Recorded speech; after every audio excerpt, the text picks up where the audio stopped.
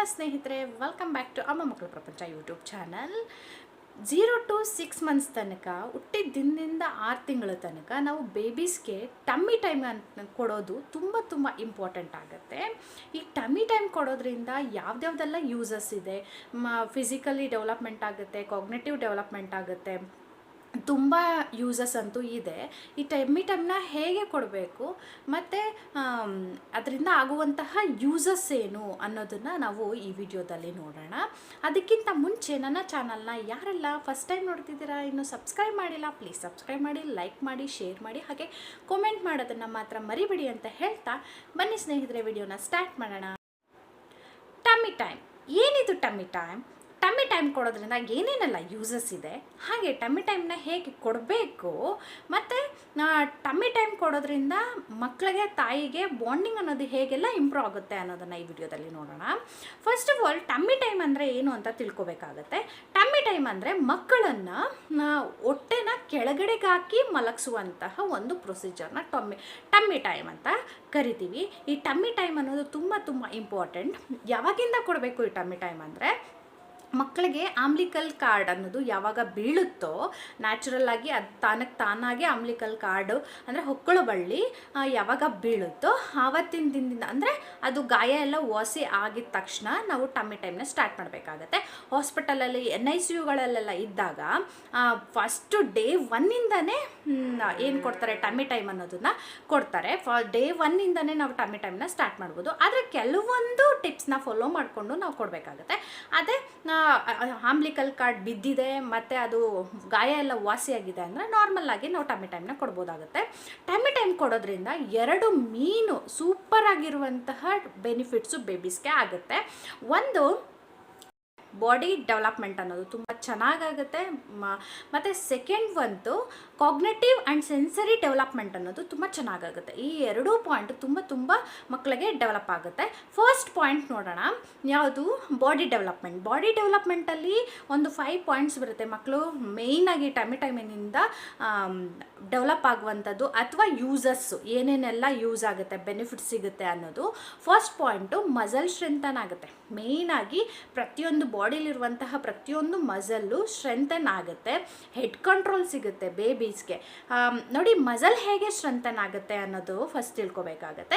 ಬೇಬಿನ ಯಾವಾಗ ನಾವು ಉಲ್ಟಾ ಮಲಗಿಸ್ತೀವೋ, ಯಾವಾಗ್ಲೂ ಬೇಬಿ ಬ್ಯಾಕ್ ಪೋಸಲ್ಲೇ ಮಲಗಿರುತ್ತೆ. ನಾರ್ಮಲ್ ಆಗಿ 3 ಮಂತ್ಸ್ ತನಕನೂ 3 to 4 ಮಂತ್ಸ್ ತನಕ ಒಂದೇ ಪೊಸಿಷನಲ್ಲಿ ಮಲಗಿರುತ್ತೆ ಮಗು, ಹುಟ್ಟಿದ ದಿನದಿಂದ 4th ಮಂತ್ ತನಕ. ಏಕೆಂದರೆ ಅದು ಅಲ್ಲಿಗೆ ಇಲ್ಲಿಗೆ ಮೂಮೆಂಟ್ಸ್ ಮಾಡೋದು 3rd ಮಂತು ಕಂಪ್ಲೀಟ್ ಆದಮೇಲೆ ಆ ಕಡೆ ಈ ಕಡೆ ಎಲ್ಲ ಹೊರಳಾಡುವಂಥದ್ದು. ಒಂದೇ ಪೊಸಿಷನಲ್ಲಿ ನಾವೇ ಮಲಗಿದ್ದಾಗ ನಮಗೆ ಏನೋ ಬಾಡೀಲಿ ಬೇರೆ ಪಾರ್ಟ್ಸ್ ಎಲ್ಲನೂ ವರ್ಕ್ ಆಗ್ತಿಲ್ಲ ಅಂತ ನಮಗೆ ಫೀಲ್ ಆಗುತ್ತೆ. ಇನ್ನು ಆ ಮಕ್ಕಳಿಗೆ ಇನ್ನೂ ಇವಾಗ ಬಾಡಿ ಡೆವಲಪ್ಮೆಂಟ್ ಆಗ್ತಾ ಇರುತ್ತೆ, ಮಸಲ್ಸ್ ಎಲ್ಲ ಗ್ರೋತ್ ಆಗ್ತಾ ಇರುತ್ತೆ. ಅಂಥ ಟೈಮಲ್ಲಿ ನಾವು ಟಮ್ಮಿ ಟೈಮ್ನ ಕೊಟ್ಟಾಗ, ಹೊಟ್ಟೆನ ಕೆಳಗಡೆ ಹಾಕಿ ಟಮ್ಮಿ ಟೈಮ್ನ ಬೇಬೀಸ್ಗೆ ಕೊಟ್ಟಾಗ ನಾರ್ಮಲ್ ಆಗಿ ಬಾಡಿಲಿರುವಂತಹ ಮಸಲ್ಸ್ ಎಲ್ಲ ತುಂಬ ಸ್ಟ್ರೆಂಥನ್ ಆಗೋದಕ್ಕೆ ಸಹಾಯ ಮಾಡುತ್ತೆ. ಇನ್ನು ಸೆಕೆಂಡ್ ಪಾಯಿಂಟು, ಹೆಡ್ ಕಂಟ್ರೋಲ್ ಸಿಗುತ್ತೆ. ಯಾಕೆಂದರೆ ಟಮ್ಮಿ ಟೈಮ್ನ ನಾವು ಕೆಳಗಡೆ ಕೊಟ್ಟಾಗ ತಲೆ ಹಿಂಗೆ ಬಗ್ಗಿಸ್ಕೊಂಡಿರುತ್ತಲ್ವ, ಅದು ತಲೆನ ಎತ್ತಿ ಲಿಫ್ಟ್ ಮಾಡಬೇಕು ಅನ್ನೋದು ಬೇಬಿ ಬ್ರೈನ್ಗೆ ಹೋಗಿ ಮೆಸೇಜ್ ಹೋಗುತ್ತೆ. ಹಾಗಾಗಿ ಅದು ಲಿಫ್ಟ್ ಮಾಡೋಕ್ಕೆ ಸಹಾಯ ಆಗುತ್ತೆ. ಮತ್ತು ಇಲ್ಲಿ ಬ್ಯಾಕ್ ಬೋನ್ಸ್ ಅಂದರೆ ಬೇಬಿ ಬ್ಯಾಕ್ ಬೋನ್ಸ್ ಅನ್ನೋದು ತುಂಬ ಚೆನ್ನಾಗಿ ಹೆಡ್ ಕಂಟ್ರೋಲ್ ಸಿಗುತ್ತೆ. ಇನ್ನು 3rd ಪಾಯಿಂಟು, ಮೇನ್ ಇಂಪಾರ್ಟೆಂಟ್ ಆಗಿ ಡೈಜೆಷನ್ ಇಂಪ್ರೂವ್ ಮಾಡುತ್ತೆ. ಬೇಬೀಸ್ಗೆ ಇನ್ನೂ ಡೈಜೆಸ್ಟಿವ್ ಪವರ್ ಅನ್ನೋದು, ಅಂದರೆ ಡೈಜೆಷನ್ ಸಿಸ್ಟಮ್, ಜೀರ್ಣಾಂಗ ವ್ಯೂಹ ಅನ್ನೋದು ಇನ್ನು ಡೆವಲಪಿಂಗಲ್ಲೇ ಇರುತ್ತೆ, ಅಂದರೆ ಡೆವಲಪ್ ಆಗ್ತಾನೇ ಇರುತ್ತೆ. ಸೊ ಆ ಟೈಮಲ್ಲಿ ಬೇಬೀಸ್ಗೆ ಕೋಲಿಕ್ ಪೇನ್ ಇರ್ಬೋದು, ಗ್ಯಾಸಿಂದ ತುಂಬ ಗಲಾಟೆ ಮಾಡುವಂಥದ್ದು, ತುಂಬ ಕಿರಿಕಿರಿ ಮಾಡ್ತಿರ್ತಾರೆ. ಅದನ್ನೆಲ್ಲ ಹೋಗ್ಲಾಡಿಸ್ಬೇಕು ಅಂದರೆ ಬೆಸ್ಟ್ ಮೆಡಿಸಿನ್ ಅಂದರೆ ಟಮ್ಮಿ ಟೈಮ್. ದಿನದಲ್ಲಿ ಮಗುಗೆ ಒಂದ್ಸತಿ ಆದರೂ ಟಮ್ಮಿ ಟೈಮ್ ಕೊಟ್ಟಾಗ, ಹೊಟ್ಟೆ ಕೆಳಗಡೆ ಹಾಕಿದಾಗ ಬೇಬಿ ಹೊಟ್ಟೆಲಿರುವಂತಹ ಗ್ಯಾಸ್ ಎಲ್ಲ ಅನ್ನೋದು ಹೊರಗಡೆ ಬರೋಕ್ಕೆ ಹೆಲ್ಪ್ ಆಗುತ್ತೆ. ಮತ್ತು ಮಗುಗೆ ಡೈಜೆಷನ್ ಅನ್ನೋದು ತುಂಬ ಚೆನ್ನಾಗಿ ಆಗೋದಕ್ಕೆ ಸಹಾಯ ಮಾಡುತ್ತೆ. ಹಾಗಾಗಿ ನಾವು ಟಮ್ಮಿ ಟೈಮ್ನ ಕೊಡಲೇಬೇಕಾಗತ್ತೆ. ಇನ್ನು ಇನ್ನು fourth point, flat head syndrome ಅನ್ನೋದು ಬೇಬೀಸಲ್ಲಿ ತುಂಬ ಜಾಸ್ತಿ ಇರುತ್ತೆ. ಅಂದರೆ ಒಂದೇ ಸೈಡು ಕೆಳಗಡೆನೇ ತಲೆ ಹಾಕಿ ಬೇಬೀಸ್ ಮಲಗಿದ್ದಾಗ ಆ ಫ್ಲ್ಯಾಟ್ ಹೆಡ್ ಸಿಂಡ್ರೋಮ್ ಅನ್ನೋದು ಬೇಬೀಸ್ಗೆ ಬೇಗ ಆಗುತ್ತೆ. ಆ ಫ್ಲ್ಯಾಟ್ ಹೆಡ್ ಸಿಂಡ್ರೋಮ್ ಹೋಗ್ಲಾಡಿಸ್ಬೇಕು ಅಂತ ಅಂದರೆ ಪ್ರತಿದಿನವೂ ನಾವು ಬೇಬೀಸ್ಗೆ ಟಮ್ಮಿ ಟೈಮ್ ಅನ್ನೋದನ್ನು ಕೊಡಲೇಬೇಕಾಗುತ್ತೆ, ಕಂಪಲ್ಸರಿ ಕೊಡಲೇಬೇಕಾಗುತ್ತೆ. ಟಮ್ಮಿ ಟೈಮ್ ಕೊಟ್ಟಾಗ ಈ ಬ್ಯಾಕ್ ಹೆಡ್ ಸಿಂಡ್ರೋಮ್ ಅನ್ನೋದು ಬೇಬೀಸ್ಗೆ ಬರಲ್ಲ. ಇನ್ನು ಫಿಫ್ತ್ ಪಾಯಿಂಟ್ ಏನಪ್ಪ ಅಂತ ಅಂದರೆ balance, body balance babies balance ಮಾಡೋದಕ್ಕೆ ಸ್ಟಾರ್ಟ್ ಮಾಡುತ್ತೆ. ನಾವು ಯಾವಾಗ ಟಮ್ಮಿ ಟೈಮ್ನ ಕೊಟ್ಟಾಗ ಬೇಬಿ ಹೊಟ್ಟೆ ಮೇಲೆ ಮಲ್ಕೊಳ್ಳುತ್ತೋ ತನ್ನ ಬಾಡಿ ಎಲ್ಲದನ್ನು ಬ್ಯಾಲೆನ್ಸ್ ಮಾಡೋದಕ್ಕೆ ಬೇಬಿ ಕಲಿತಾ ಹೋಗುತ್ತೆ. ಇದೆಲ್ಲ ಫಿಸಿಕಲ್ ಡೆವಲಪ್ಮೆಂಟ್ ಆಯಿತು. ಮತ್ತು ಈಗ ಕಾಗ್ನೇಟಿವ್ ಡೆವಲಪ್ಮೆಂಟು ಮತ್ತು ಸೆನ್ಸರಿ ಡೆವಲಪ್ಮೆಂಟ್ ಹೇಗಾಗುತ್ತೆ ಅನ್ನೋದನ್ನು ನೋಡೋಣ. ನೋಡಿ, ಈ ಕಾಗ್ನೇಟಿವ್ ಮತ್ತು ಸೆನ್ಸರಿ ಡೆವಲಪ್ಮೆಂಟಲ್ಲಿ first motor skills, gross motor skills ಬರುತ್ತೆ. ಮೇನ್ ಇಂಪಾರ್ಟೆಂಟಾಗಿ ಗ್ರಾಸ್ ಮೋಟಾರು ಮತ್ತು ಮೋಟಾರ್ ಸ್ಕಿಲ್ಸ್ ಅನ್ನೋದು ತುಂಬ ಚೆನ್ನಾಗಿ ಡೆವಲಪ್ ಆಗುತ್ತೆ ಈ ಟಮ್ಮಿ ಟೈಮ್ನ ಕೊಟ್ಟಾಗ. ಮತ್ತು ಮೇನ್ ಇಂಪಾರ್ಟೆಂಟಾಗಿ ಬೇರೆ ಬೇರೆ ಪರ್ಸ್ಪೆಕ್ಟಿವ್ಸ್ನ, ಅಂದರೆ ಬೇರೆ ಬೇರೆ ಅಂಶಗಳನ್ನು ಬೇಬಿ ಅನ್ನೋದು ಕಲಿಯೋಕ್ಕೆ ಸ್ಟಾರ್ಟ್ ಮಾಡುತ್ತೆ, ಹೊಸ ಹೊಸ ವಿಚಾರಗಳನ್ನು ಕಲಿಯೋಕ್ಕೆ ಸ್ಟಾರ್ಟ್ ಮಾಡುತ್ತೆ. ಇನ್ನು ಥರ್ಡ್ ಪಾಯಿಂಟ್ ಏನಪ್ಪ ಅಂತ ಅಂದರೆ ತನ್ನ ಮುಂದೆ ಇರುವಂತಹ ಎಷ್ಟೊಂದು ವಿಚಾರಗಳನ್ನು ಅದು ನೋಡೋಕ್ಕೆ ಸ್ಟಾರ್ಟ್ ಮಾಡುತ್ತೆ. ಮತ್ತು ವಿಷನ್ ಅನ್ನೋದು ತುಂಬ ದೂರ, ಅಂದರೆ ವಿಷನ್ ಅನ್ನೋದು ತುಂಬ ದೂರವಾಗಿ ನೋಡೋದಕ್ಕೆ ಸಹಾಯ ಮಾಡುತ್ತೆ. ಮತ್ತು ಇಂಪಾರ್ಟೆಂಟಾಗಿ ಬೇಬಿಗೆ ಒಂದೇ ಪೊಸಿಷನಲ್ಲಿ ಮಲಗಿಸಿ ಮೇಲಿನ ಪ್ರಪಂಚ ಮಾತ್ರ ಕಾಣಿಸ್ತಿರುತ್ತೆ. ಯಾವಾಗ ಟಮ್ಮಿ ಟೈಮ್ನ ಕೊಟ್ಟಾಗ ಅಲ್ಲಿ ಸುತ್ತ ಇರುವಂತಹ ಎಷ್ಟೊಂದು ಆಬ್ಜೆಕ್ಟ್ಸ್ನ ಅದು ನೋಡೋಕ್ಕೆ ಸ್ಟಾರ್ಟ್ ಮಾಡುತ್ತೆ. ನೋಡೋಕ್ಕೆ ಸ್ಟಾರ್ಟ್ ಮಾಡಿದಾಗ ತನ್ನ ಕಾಗ್ನೇಟಿವ್ಸ್ ಡೆವಲಪ್ಮೆಂಟ್ ಅನ್ನೋದು ತುಂಬ ಚೆನ್ನಾಗಿ ಇಂಪ್ರೂವ್ ಆಗುತ್ತೆ. ಇಷ್ಟೆಲ್ಲ ಬೆನಿಫಿಟ್ಸ್ ಇದೆ ನಾವು ಟಮ್ಮಿ ಟೈಮ್ನ ಕೊಡೋದ್ರಿಂದ. ಸರಿ, ಈಗ ಟಮ್ಮಿ ಟೈಮ್ನ ಹೇಗೆ ಕೊಡಬೇಕು, ಎಷ್ಟೊತ್ತು ಕೊಡಬೇಕು ಅನ್ನೋದನ್ನು ನೋಡೋಣ. ನಾವೀಗ ಯೂಸಸ್ನ ನೋಡಿದ್ವಿ. ಅಂದರೆ ಟಮ್ಮಿ ಟೈಮ್ನ ಕೊಡೋದ್ರಿಂದ ಏನೇನೆಲ್ಲ ಯೂಸಸ್ ಇದೆ, ಫಿಸಿಕಲ್ ಡೆವಲಪ್ಮೆಂಟ್ ಇರುತ್ತೆ, ಕಾಗ್ನೇಟಿವ್ ಡೆವಲಪ್ಮೆಂಟ್ ಇರುತ್ತೆ, ಅದರಲ್ಲಿ ಎಷ್ಟೊಂದು ಪಾಯಿಂಟ್ಸ್ ಬರುತ್ತಲ್ಲ ಅದೆಲ್ಲ ನೋಡಿದ್ದಾಯಿತು. ಈಗ ಟಮ್ಮಿ ಟೈಮ್ನ ಹೇಗೆ ಕೊಡಬೇಕು ಅನ್ನೋದನ್ನು ನೋಡೋಣ. ನೋಡಿ, ಟಮ್ಮಿ ಟೈಮ್ ಅಂತ ಅಂದರೆ ನೋಡಿ ಡೇ 1ಇಂದನೇ ಸ್ಟಾರ್ಟ್ ಆಗುತ್ತೆ. ಆದರೆ ಮೇನ್ ಇಂಪಾರ್ಟೆಂಟಾಗಿ ಟಮ್ಮಿ ಟೈಮ್ ಕೊಡಬೇಕಾದ್ರೆ ನಾವು ಕೆಲವೊಂದು ಟಿಪ್ಸ್ನ ಫಾಲೋ ಮಾಡಲೇಬೇಕು. ಕಂಪಲ್ಸರಿ ಬೇಬಿನ ಸೂಪರ್ವೈಸೇಷನಲ್ಲೇ ಕೊಡಬೇಕಾಗತ್ತೆ. ಅಂದರೆ ಆ ಬೇಬಿಗೆ ಟಮ್ಮಿ ಟೈಮ್ನ ಯಾವಾಗ ಕೊಡ್ತೀವೋ ಅಲ್ಲಿ ಯಾರಾದರೂ ತಾಯಿ ಆಗಲಿ ತಂದೆ ಆಗಲಿ ಕಂಪಲ್ಸರಿ ಇರಲೇಬೇಕಾಗತ್ತೆ. ಬಿಕಾಸ್ ಯಾಕೆ ಅಂದರೆ ಬೇಬಿ ಇನ್ನು ನ್ಯೂ ಬಾರ್ನ್, ಅಲ್ಲಿನ ವಸ್ತುಗಳು ಅಥವಾ ಅಲ್ಲಿ ಏನಾಗುತ್ತೆ ಅನ್ನೋದು ಬೇಬಿಗೆ ಗೊತ್ತಿರಲ್ಲ. ಹಾಗಾಗಿ ನಾವು ಟಮ್ಮಿ ಟೈಮ್ನ ಕೊಡಬೇಕಾದ್ರೆ ನಾವು ಯಾರಾದರೂ ಮುಂದೆ ಇದ್ದು ಬೇಬಿಗೆ ಕಂಪಲ್ಸರಿ ನಾವು ಅಂದರೆ ಆ ಬೇಬಿನ ಸೂಪರ್ವೈಸ್ ಮಾಡಲೇಬೇಕಾಗುತ್ತೆ ಟಮ್ಮಿ ಟೈಮಲ್ಲಿ. ಬಿಕಾಸ್ ಯಾಕಂದರೆ ಅದೇನಾದರೂ ಹಿಂಗೆ ಹೊರಳ್ಕೊಂಬಿಡ್ತು, ತಲೆ ಏನಾದರೂ ಏಟಾಯಿತು ಅಥವಾ ಮೂಗೇನಾದರೂ ಹಿಂಗೆ ಮುಂದೆ ಬಿಟ್ಟಾಗ ಮೂಗು ಇದಾಯಿತು ಅಂದಾಗ ಬೇಬೀಸ್ಗೆ ಬೇರೆ ಥರ ಫಿಸಿಕಲ್ ಆಗಿ ಡ್ಯಾಮೇಜ್ ಆಗುವಂತಹ ಸಾಧ್ಯತೆಗಳಿರುತ್ತೆ. ಹಾಗಾಗಿ ಸೂಪರ್ವೈಸೇಷನಲ್ಲೇ ಕೊಡಬೇಕಾಗತ್ತೆ. ಸೆಕೆಂಡ್ ಒಂದು ಏನಪ್ಪ ಅಂತ ಅಂದರೆ ಸೇಫ್ ಸರ್ಫೇಸ್ ಮೇಲೆ ನಾವು ಟಮ್ಮಿ ಟೈಮ್ನ ಕೊಡಬೇಕಾಗುತ್ತೆ. ಅಂದರೆ ಸೇಫ್ ಸರ್ಫೇಸ್ ಅಂದರೆ ಕೆಳಗಡೆ ಸ್ವಲ್ಪ ಮೆತ್ತಕ್ಕಿರುವಂತಹದ್ದು ಯಾವುದಾದ್ರೂ ಒಂದು ಬ್ಲ್ಯಾಂಕೆಟ್ ಆಗಿರ್ಬೋದು ಅಥವಾ ಬೇಬಿ ಮ್ಯಾಟ್ ಅಂದರೆ ಪ್ಲೇಯಿಂಗ್ ಮ್ಯಾಟ್ ಆಗಿರ್ಬೋದು, ಈ ಥರದನ್ನು ಹಾಕಿ ನಾವು ಕೊಡಬೇಕಾಗುತ್ತೆ. ಮತ್ತು ಬೆಡ್ ಮೇಲೆ ಸೋಫಾ ಮೇಲೆ ಎಲ್ಲ ಕೊಡೋದನ್ನು ಅವಾಯ್ಡ್ ಮಾಡಿ. ಬಿಕಾಸ್ ಯಾಕೆ ಅಂತಂದರೆ ನೀವು ಬೆಡ್ ಮೇಲೆ ಕೂತ್ಕೊಂಡು ಬೇಬಿನ ಅಲ್ಲೇ ಕೊಟ್ಟಿದ್ದೀರಾ ಅಂದರೆ ದಟ್ಸ್ ಓಕೆ, ಬಟ್ ಸೋಫಾ ಮೇಲೆಲ್ಲ ಕೊಡೋಕ್ಕೆ ಹೋಗಬೇಡಿ. ಬಿಕಾಸ್ ಅದು ಸ್ವಲ್ಪ ಉರುಳಾಡೋಕ್ಕೆ ಸ್ಟಾರ್ಟ್ ಮಾಡಿದಾಗ ತುಂಬ ತೊಂದರೆಗಳು ಆಗುತ್ತೆ. ಹಾಗಾಗಿ ಸೇಫ್ ಸರ್ಫೇಸ್ ಮೇಲೆ ಕೊಡಬೇಕಾಗತ್ತೆ. ಇನ್ನು ಥರ್ಡ್ ಪಾಯಿಂಟು, ನಾವು ಟಮ್ಮಿ ಟೈಮ್ನ ಸ್ಲೋ ಆಗಿ ಸ್ಟಾರ್ಟ್ ಮಾಡಬೇಕಾಗುತ್ತೆ. ಯಾವಾಗ ಹೆಂಗೆ ಸ್ಲೋ ಆಗಿ ಸ್ಟಾರ್ಟ್ ಮಾಡಬೇಕು ಅಂದರೆ, ಫಾರ್ ಎಕ್ಸಾಂಪಲ್ ನಾನಿವತ್ತು ಫಸ್ಟ್ ಟೈಮ್ ಟಮ್ಮಿಗೆ ಟೈಮ್ ಕೊಡ್ತಿದ್ದೀನಿ ಅಂತ ಅಂದಾಗ ಬೇಬಿ ತುಂಬ ಹೊತ್ತು ಟಮ್ಮಿ ಮೇಲೆ ಮಲ್ಗೋಕ್ಕೆ ಇಷ್ಟಪಡಲ್ಲ.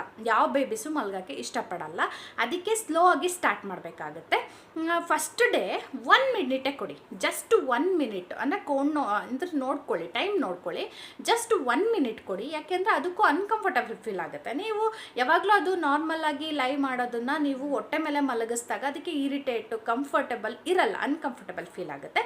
ಹಾಗಾಗಿ ಕಿರ್ಚೋವಂಥ ಸಾಧ್ಯತೆಗಳಿರುತ್ತೆ, ಕಿರಿಕಿರಿ ಮಾಡ್ಕೊಳ್ಳೋಂಥ ಸಾಧ್ಯತೆಗಳಿರುತ್ತೆ. ಹಾಗಾಗಿ ಡೇ 1 ಮಿನಿಟು, ಡೇ 2 ಮಿನಿಟ್ಸು, ಹಾಗೆ day 3 minutes, day 4 minutes, 5 minutes, ಹಾಗೇ ಇನ್ಕ್ರೀಸ್ ಮಾಡ್ಕೊಂಡು ಹೋಗಿ. ಒಂದೇ ದಿನ ಇಲ್ಲ ನಾನಿವತ್ತು ನನ್ನ ಮಗುಗೆ ಜಾಸ್ತಿ ಟೈಮ್ ಕೊಡಬೇಕು ಅಂತ 5-6 ಮಿನಿಟ್ಸ್ ಎಲ್ಲ ಕೊಡಬೇಡಿ. ಮತ್ತು ಎಷ್ಟೊತ್ತು ಕೊಡ್ಬೋದು ಟಮ್ಮಿ ಟೈಮ್ ಅಂದರೆ 30 minutes. 5 minutes to 30 minutes day ಕೊಡಬಹುದು. ಅಂದರೆ ಒನ್ ಟೈಮ್ಗೆ ಅಷ್ಟು ಕೊಡ್ಬೋದು. ನೀವು ಕೌಂಟ್ ಮಾಡ್ಕೊಳ್ಳಿ. ಇವಾಗ ಟಮ್ಮಿ ಟೈಮ್ ದಿನಕ್ಕೆ ಒಂದೇ ಸತಿ ಕೊಡಬೇಕಾ ಏನಿಲ್ಲ, ಒಂದು 3 ಟೈಮ್ಸ್ ಆದರೂ ಕೊಡ್ಬೋದು ಅಥವಾ 2 ಟೈಮ್ಸ್ ಆದರೂ ಕೊಡ್ಬೋದು. ಆದರೆ ಆ ಗ್ಯಾಪ್ ಇರಬೇಕು. ಈಗ ಮಾರ್ನಿಂಗ್ 1 ಮಿನಿಟ್ ಕೊಟ್ಟಿದ್ದೀನಿ ಅಂತ ಅಂದರೆ ಈವ್ನಿಂಗ್ 1 ಮಿನಿಟ್ ಕೊಡಿ, ಅಥವಾ ಆಫ್ಟರ್ನೂನ್ 1 ಮಿನಿಟ್ ಕೊಡಿ, ಅಥವಾ ಈವ್ನಿಂಗ್ 1 ಮಿನಿಟ್. ಆ ಥರ ನೀವು ಆಲ್ಟರ್ನೇಟಿವ್ ಆಗಿ ಮಾಡ್ಕೋಬೇಕಾಗತ್ತೆ, ಸ್ಲೋ ಆಗಿ ಸ್ಟಾರ್ಟ್ ಮಾಡಬೇಕಾಗತ್ತೆ.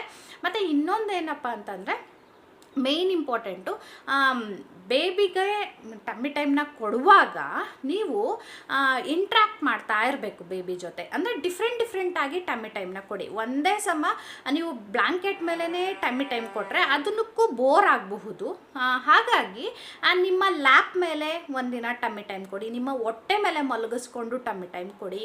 ಮತ್ತು ಟಮ್ಮಿ ಟೈಮ್ನ ಕೊಟ್ಟಾಗ ಮೇಯ್ನ್ ಇಂಪಾರ್ಟೆಂಟಾಗಿ ಬೇಬೀಸ್ ಜೊತೆ ಮಾಡಿ, ಜಾಸ್ತಿ ಇಂಟ್ರ್ಯಾಕ್ಟ್ ಮಾಡಿ. ಮತ್ತು ಟಮ್ಮಿ ಟೈಮ್ನ ಕೊಟ್ಟಾಗ ಮೇಯ್ನಾಗಿ ಬೇರೆ ಬೇರೆ ಆಬ್ಜೆಕ್ಟ್ಸ್ನ ಬೇಬಿಗೆ ತೋರಿಸೋದಕ್ಕೆ ಟ್ರೈ ಮಾಡಿ. ಮತ್ತು ಬೇಬಿನ ಎಂಗೇಜಿಂಗ್ ಆಗಿ ಇಡೋದಕ್ಕೆ ಟ್ರೈ ಮಾಡಿ.